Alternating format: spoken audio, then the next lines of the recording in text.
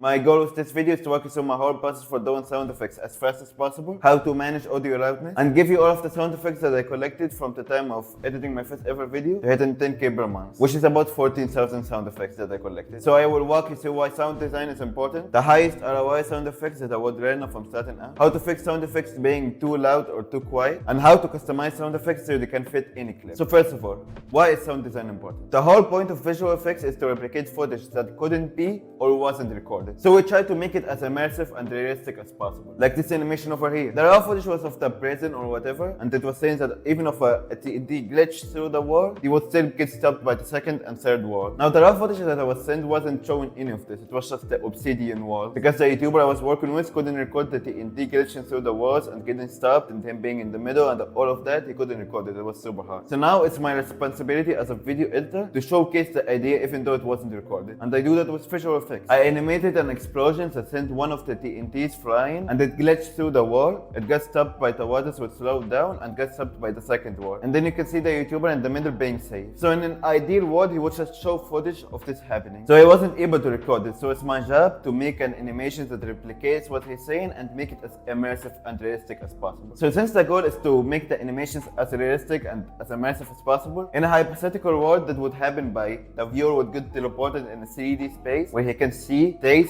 smell, touch, and hear what's happening. It will be just like the real world. But we can't do that yet. We cannot make them touch, smell, or taste what's happening. The only two senses that we can control are the hearing and the seeing. We can control what they hear and we can control what they see. These are the only two things that we can control to make it more immersive. But most editors focus on only one, which is seeing. They just make animations that look cool. But they don't give the second sense, which is hearing, enough time by doing sound design. They just rush the sound design, make some sound effects, and don't actually spend time thinking about it. So the animations don't turn out as immersive, so their animations look lower quality, which leads to them not getting the clients they want. So if you improve your sound design, you're gonna make your animations more immersive, which is gonna make it look higher quality, which is gonna make you get better clients. So in short, improving your sound design is gonna directly make you more money. So now the second thing that I'm gonna walk through is the highest ROI sound effects that I found. Highest ROI as being highest return on investment. You spend the least time on them and they make your animations way better. These sound effects are in no specific order, so I will just name out a list of random sound effects that I use a lot and that I found to help your animations look way higher quality super fast. First of all, it's the bass boom sound effect. You use the sound effect when something magnificent happens, when the player dies or something super important breaks. The sound effect basically dramatizes anything that happens. And I also like to use it when I'm explaining stuff with text. So for example,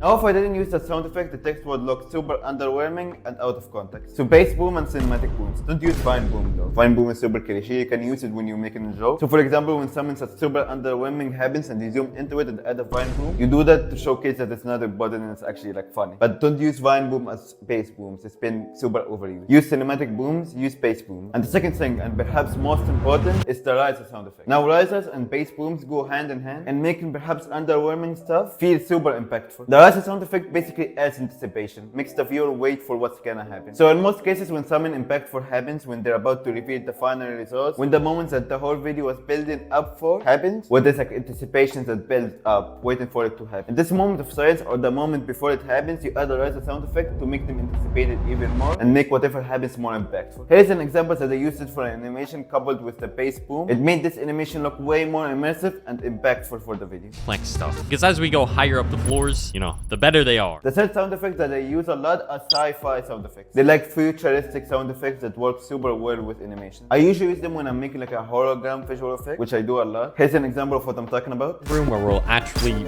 eat our food. So yeah, they're quite straightforward. Sound effect number 4 that I use a lot is the negative sound effect. This sound effect is basically used when something underwhelming or bad or sad happens. I don't know how to explain it any more than that. It's just a negative sound effect that like amplifies the negative feeling. But I use it a lot whenever something not ideal happens in the video. I just use it and it works super well to break the silence. Here's an example of what it looks like. I will not build a floor like that ever again. I'm so sorry. Sound effect number 5 that I use a lot is the data typing sound effect. It works super well with like progression bars or when someone is getting written on the screen. I don't see a lot of people using it, but it works super well in so many situations. Again, I'm just naming some sound effects that I use a lot to give you a better idea of what the sound effects look like. You're not gonna use these in every video. You're gonna use super specific sound effects, but these are like the general ones. Sound effect number 6 is the shock erase sound effect. This is super useful when someone gets written on the screen or gets erased from the screen. Like even in the videos that you see right now, when I highlight a certain word, I use the chuck erase sound effect. Number 7 is the pop-up sound effect. Whenever I pop in or pop out an image, use the sound effect. It makes it feel way more immersive and actually make them pay attention to the things that's popping out. Number 8 is the heavy whoosh, and number 9 is the light whoosh. The heavy whoosh is just for stuff that are moving like across the screen like this, moving like they speed up at the beginning and then go fast and then slow down again. And the light whoosh is just for like instant movement, when someone like happens super quickly. These ones are quite straightforward. Whenever someone is moving across the screen, you need to add a whoosh to it so you can make it easier for the viewer to follow it along. And lastly, just remember that you will use super specific sound effects most of the time. For example, if there's a dog, you will add like a dog park sound effect. Or if there's a camel, you're gonna add a camel sound effect. When grass breaks, you're gonna add a grass breaking sound effect. When there's fire, you're gonna add a fire sound effect. When someone is typing on the keyboard, you're gonna add a keyboard typing sound effect. Or the ones that I named are like more vague ones that I didn't know about it for a long time. But whenever there's stuff that's super specific, it's super obvious that you need to put sound effects for them. And the photo of sound effects, I have like basically sound effects for every specific situation. Grass breaking, animals noises, keyboard typing, anything. So you're gonna be able to search it up super quickly. So now into the third chapter of the video. Now that you put some sound effects on the timeline, how do you choose the loudness of the sound effects? What is too loud and what is too quiet? This segment of the video is quite actionable, so I want you to have Premiere open and follow along with me. First of all, if you haven't already, go on the Windows tab and open Audio Meter. This is gonna show you the loudness of the video. Now I want you to right click on the actual audio meter and disable show color gradient. This is just gonna make it way easier to notice the difference between loudness levels. Okay, so now for most cases you're gonna have voiceover, music, and sound effects. I want you to remember which audio loudness every one of these is recommended to be at. The voiceover needs to be low red and high yellow. If it goes high red, it starts to peak and makes the audio quality way lower. If it goes too low in the gain, then YouTube is gonna automatically make it higher, but that would also decrease the audio quality. So to be clear, the problem isn't that actually like when it goes to the green, the viewer is not gonna be able to hear it. It's gonna be able to hear it because YouTube automatically increases it. But the problem is that if YouTube automatically increases it, it's gonna lower the audio quality. So you want it to be at the perfect level from the start. So again, voiceover between low red and high yellow. Now I want you to disable the voiceover and see the music alone. So now in the music, when you disable the sound effects and voiceover, the music should be in the green. They go to the yellow when there's like a montage and something that's like super engaging happening, like a fight scene for example. But for most of the video, when someone is talking, like this video right now when I'm talking to the camera, there isn't like a big montage or a fighting scene or a rocky scene of him churning. So in this case, when there's nothing like exceptional happening, you just keep the music at the green level. And now finally the sound effects. When you disable the music and voiceover, the sound effects should be low yellow, high green. They should be slightly louder than the music, but they shouldn't also enter the red area because it's gonna overtake the voiceover and it's gonna be super annoying for the viewer. So again, the voiceover is gonna be low red, high yellow. The music is gonna be green unless it's a super engaging montage, and the sound effects are gonna be low yellow, high green. So now that the sound effects are not too loud or too quiet, let's see how to customize them so they can fit in any clip. So they're not too dramatic or too underwhelming for a clip, and so that they don't sound disconnected from the clip. First of all, to fix the problem with speed. Throughout this whole segment, I'm gonna be playing with the heavy whoosh sound effect to showcase to you how I edit sound effects to make them perfect. So here's the heavy whoosh sound effect. Here's what it sounds like. And for example, right now, when I move my hand like this, it might be too long for my hand movement. My hand movement may be faster than the actual whoosh. So now what you will do here to make the sound effect match the hand movement is one of two things. You're either gonna make it speed up, you're gonna speed up the sound effect. So this is what it's gonna sound like. The problem with this, for example, here is at the start of the sound effect it's like kind of slow and then it speeds up and then slows down again. My hand is like more instant. So another thing that they might do is cut the start and the end of the sound effect and add dissolve on both of them. It's not actually called dissolve, it's called like constant gain. You add constant gain at both ends. This way, basically the whole sound effect is the middle part. So now this is what it would sound like.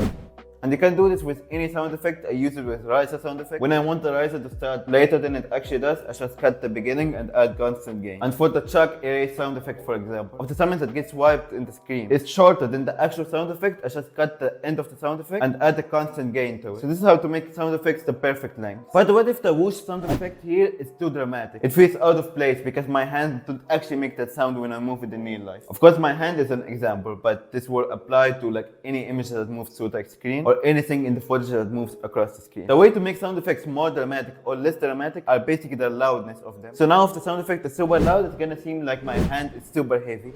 But if the sound effect is quieter, then it's gonna seem like my hand is super light and it's super quick movement. Same applies to riser. So if you feel like a riser is too over dramatic, you need to increase the loudness of it. And if you feel like a bass boom is too underwhelming, then you increase the loudness of it. And the last thing, when you apply sound effect but it doesn't have the oomph that you want, doesn't have the feel that you want, then don't be scared to overlay multiple sound effects on top of each other and see what it sounds like. For example, if I had a grass cup and I throw it to the ground and it broke on impact, I might use couple sound effects like the bass boom sound effect when it breaks, the crash shattering sound effect so it actually like super crazy that it broke. I might add a falling sound effect which would be a whoosh, and on top of that I might add a riser sound effect. So this is what it would sound like. Okay. So now that you know why sound design is important and have an idea of what sound effects you will use on your edit, and you know how to make them not too loud or too quiet, and know how to customize them so they don't feel out of place, the only thing that you're missing is the actual sound effects. So I have like a photo of 14,000 sound effects that I collected over like the past year, and I have sorted them all out in a way that it's super easy to pick sound effects from them. I have a link for them in my Discord server. You can just go to the Discord server, go to the free course, go to the plugins, macros and shortcuts model, and you can click on the link to download all of the sound effects. And if you want to know how I sorted them out so it's super easy for you to use, you can watch the segment about plugins where I explain it. And that's it. Go click on the Discord server to get the free sound effects. And if you're struggling with the visual side of editing, or if you don't know how to make the animations look cool besides sound effects, here's a 21-minute tutorial that I made about everything I know about keyframes, so you can make your animations way smoother and way fancier super quickly. Good luck.